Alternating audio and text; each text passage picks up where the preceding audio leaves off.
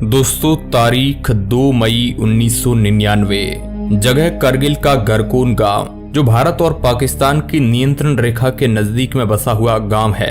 यहाँ का एक चरवाहा अपनी यार्क को ढूंढने के लिए पहाड़ों में दूरबीन के जरिए देख रहा था तो उन्हें ऊंची पहाड़ियों में कुछ हलचल दिखाई देती है।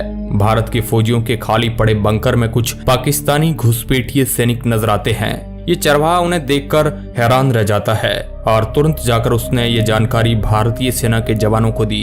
भारतीय सेना के जवानों ने जब उन पहाड़ों के अंदर दूरबीन से देखा तो पाकिस्तानी घुसपैठियों की हलचल दिखाई देती है।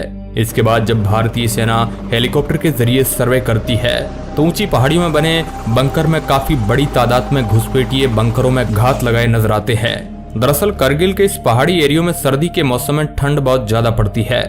सर्दी के मौसम में पाकिस्तान और भारत दोनों की तरफ से सेना इन बंकरों को खाली करके नीचे की तरफ आ जाती है। लेकिन इस बार पाकिस्तानी सैनिकों के मंसूबे कुछ और ही थे।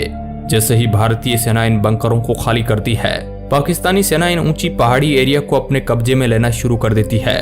पाकिस्तानी सैनिक घुसपैठियों की शक्ल में एलओसी पार कर भारतीय चोटियों में भारी और बड़े हथियारों के साथ बैठ गए। इसके बाद तारीख 5 मई सेना की एक टुकड़ी पाकिस्तान की इस काली करतूत का जवाब देने के लिए उन बर्फीली पहाड़ियों में रवाना होती है।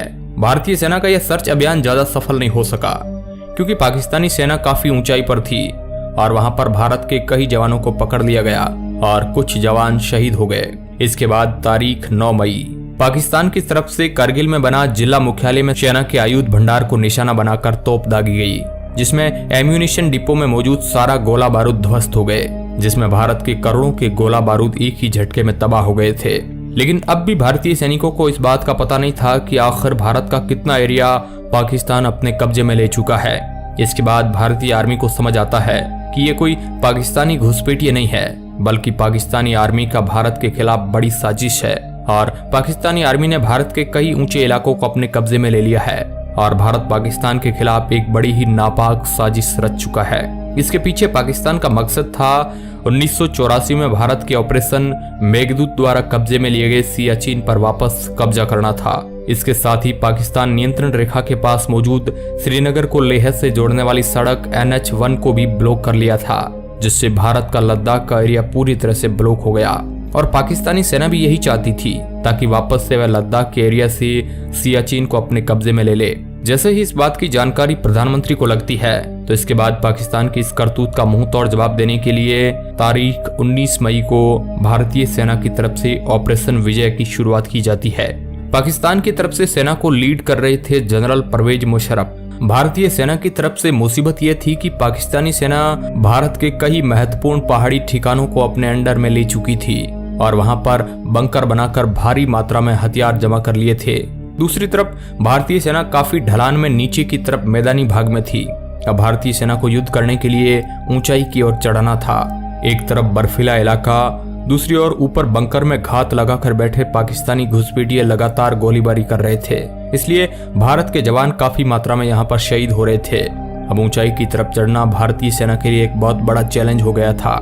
इस परिस्थिति से निपटने के लिए भारतीय सेना ने बोफोर्स तोप से गोले दागने शुरू किए, जिससे पाकिस्तानी सेना के कई ठिकाने तबाह हो गए और उन्हें यह समझ भी नहीं आ रहा था कि आखिर ये गोलीबारी कहां से हो रही है। हालत ये हो गई थी कि कहीं पाकिस्तानी घुसपैठियों के शरीर के चीथड़े उड़ गए और कई ठिकाने पूरी तरह से तबाह हो गए। और इस तरह भारतीय सेना ने गोलीबारी और तोप धमाकों के साथ कई पहाड़ी एरिया को वापस अपने कब्जे में ले लिया, जिसमें टाइगर हिल भी शामिल था। टाइगर हिल के एरिया को कब्जे में लेने के लिए भारतीय सेना को काफी मशक्कत करनी पड़ी थी, लेकिन यहाँ पर बोफोर्स तोप सबसे ज्यादा मददगार साबित हुई थी। इसके बिना ऊपरी इलाकों में सेना इतनी आसानी से कामयाब नहीं हो पाती। मगर अभी भी भारत के कई इलाकों पर पाकिस्तानी घुसपैठियों का कब्जा था। इसे देखकर सरकार को लगा कि इस तरह तो इन्हें खदेड़ा नहीं जा सकता है। इसके बाद 26 मई को सरकार वायुसेना के ऑपरेशन सफेद सागर को शुरू करने का आदेश देती है। मगर एक तरफ चुनौती यह थी कि पाकिस्तानी घुसपैठिए काफी ऊंचाई पर थे और इतनी ऊंचाई पर एयर स्ट्राइक को ठीक ढंग से अंजाम देना आसान नहीं था। 27 तारीख को MiG-27 पाकिस्तानी सेना के ठिकानों को तबाह करने के लिए उड़ान भरता है, लेकिन जैसे ही ये पहाड़ी क्षेत्र में पहुंचता है तो पहाड़ी के ऊपर से चलाई जा रही पाकिस्तानी घुसपैठियों की तरफ से मिसाइल ने MiG-27 को गिरा दिया। इसमें मौजूद फ्लाइट लेफ्टिनेंट नचिकेता पैराशूट के जरिए नीचे कूद जाते हैं लेकिन बदकिस्मती से वो लाइन ऑफ कंट्रोल के उस पार कूद जाते हैं। इसके बाद पायलट नचिकेता को बंदी बना लिया जाता है, लेकिन बाद में पाकिस्तान को भारत के दबाव में आकर नचिकेता को वापस लौटाना पड़ता है। लेकिन इसी के साथ एक और घटना हो गई। जैसे ही नचिकेता का विमान लापता होता है तो सेना के जवानों को कुछ भी समझ नहीं आ रहा था और नचिकेता का विमान रडार से भी गायब हो चुका था। उसकी खोज में MiG-21 उड़ान भरता है, जिसको चला रहे थे अजय अहलुवालिया। लेकिन ये अभियान काफी नीचे हाइट पर चल रहा था। लेकिन यहाँ पर पहाड़ी पर बैठकर पाकिस्तानी घुसपैठियों ने MiG-21 पर स्टिंगर मिसाइल से हमला कर दिया, जिस वजह से अजय अहलुवालिया जब नीचे पैराशूट के जरिए उतर रहे थे, पाकिस्तानी फौज ने अजय अहलुवालिया के शरीर को पूरी तरह गोलियों से भून दिया। क्रूरता इतनी थी कि अजय अहलुवालिया के शरीर के टुकड़े टुकड़े हो गए। इसके बाद वायुसेना ने घुसपैठियों के कई ठिकानों पर बम बरसाए।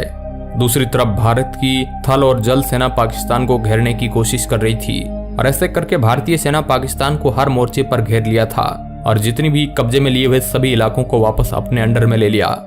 और आखिर में इस युद्ध में पाकिस्तान को हार का सामना करना पड़ा था और उसे उल्टे पांव वापस भागना पड़ा था। इस युद्ध में पाकिस्तान का अमेरिका ने साथ दिया था, लेकिन पाकिस्तानी सेना ने इस बात को कभी नहीं माना कि यह युद्ध पाकिस्तानी सेना की तरफ से लड़ा गया था, बल्कि ये कश्मीरी उग्रवादी थे, ऐसा उनका कहना था। लेकिन युद्ध में बरामद हुए दस्तावेजों और पाकिस्तानी नेताओं के बयानों से यह साबित हो जाता है कि यह नापाक करतूत पाकिस्तानी सेना ने की थी। पाकिस्तानी सेना की तरफ से इस युद्ध में करीब 5000 घुसपैठिए शामिल थे। इसके जवाब में भारत के 30,000 सैनिकों ने घुसपैठियों को नेस्तना नाबूद कर दिया। युद्ध ऊंचाई वाले इलाकों पर हुआ और दोनों देशों की सेनाओं को लड़ने में काफी मुश्किलों का सामना करना पड़ा था। परमाणु बम बनाने के बाद भारत और पाकिस्तान के बीच हुआ यह पहला संघर्ष था। 26 जुलाई 1999 को भारत ने करगिल युद्ध में विजय हासिल की थी। इस दिन को हर वर्ष विजय दिवस के रूप में मनाया जाता है। करीब 2 महीने तक चला करगिल युद्ध भारतीय सेना के साहस और जाबाजी का एक ऐसा उदाहरण है जिस पर हर देशवासी को गर्व होना चाहिए। करीब 18,000 फीट की ऊंचाई पर करगिल में लड़ी गई इस जंग में देश ने लगभग 527 से भी ज्यादा वीर योद्धाओं को खो दिया था। वहीं 1300 से ज्यादा वीर योद्धा घायल हुए थे। युद्ध में 2700 पाकिस्तानी सैनिक मारे गए और 260 पाकिस्तानी सैनिक जंग छोड़ के भाग गए थे। दोस्तों, देशभक्ति में भी फर्क होता है। इस युद्ध में मारे गए पाकिस्तान के सैनिकों ने पाकिस्तान ने उनका शव लेने से मना कर दिया था और कह दिया था कि यह हमारे सैनिक है ही नहीं, बल्कि ये घुसपैठिए है। और यहाँ पर भी बेचारा पाकिस्तान झूठा नहीं था, क्योंकि ये घुसपैठिए तो थे, लेकिन जो भी हो भाई, उनको बहुत बुरी तरीके से हार का सामना करना पड़ा था। वो तो शायद ही दोबारा युद्ध करने की सोचेंगे। दोस्तों, हम नमन करते हैं उन भारत के वीर योद्धाओं को जिन्होंने इस युद्ध में भारत की मिट्टी के लिए अपना बलिदान दे दिया था। कमेंट बॉक्स में जय हिंद जरूर लिखिएगा। वीडियो के अंत तक बने रहने के लिए आपका बहुत बहुत धन्यवाद।